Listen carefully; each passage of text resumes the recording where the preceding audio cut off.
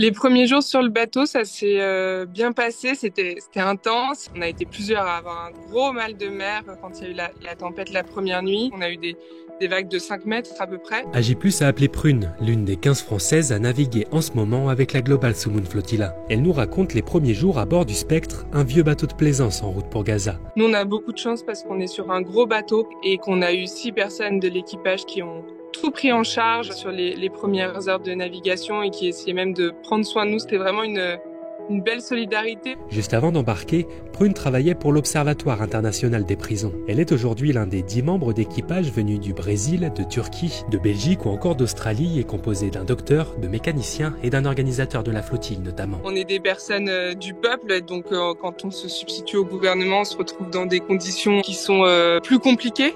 Ce qu'on essaye de faire, c'est de toujours avoir, quand les bateaux ont des problèmes techniques, d'avoir d'autres bateaux qui fonctionnent bien à côté pour qu'ils soient jamais isolés. C'est vraiment le concept de la flottille, c'est qu'on reste ensemble et qu'on ira jusque Gaza ensemble. Une quinzaine de bateaux partis de Barcelone le 1er septembre 2025 naviguent au large des Baléares. L'activiste de 34 ans appelle à visibiliser au maximum la flottille pour que les images arrivent jusqu'aux Palestiniens, mais aussi pour la sécurité des équipages. Le ministre israélien Ben Gvir les désigne en effet comme des terroristes et souhaite les placer en détention prolongée. Sur nos bateaux, il n'y a pas d'armes, il y a uniquement du lait en poudre pour les enfants, de la nourriture, des médicaments. Donc nous, on sait qu'on est du côté du droit international, on sait qu'on est du côté de l'humanité. Entre-temps, il y a d'autres bateaux qui vont nous rejoindre, effectivement, en Tunisie, en Italie. Et donc, ça montre bien que ce mouvement, il s'arrêtera pas. Plus on va avancer, plus on va être fort, plus on est déterminé, plus on va être nombreux et nombreuses.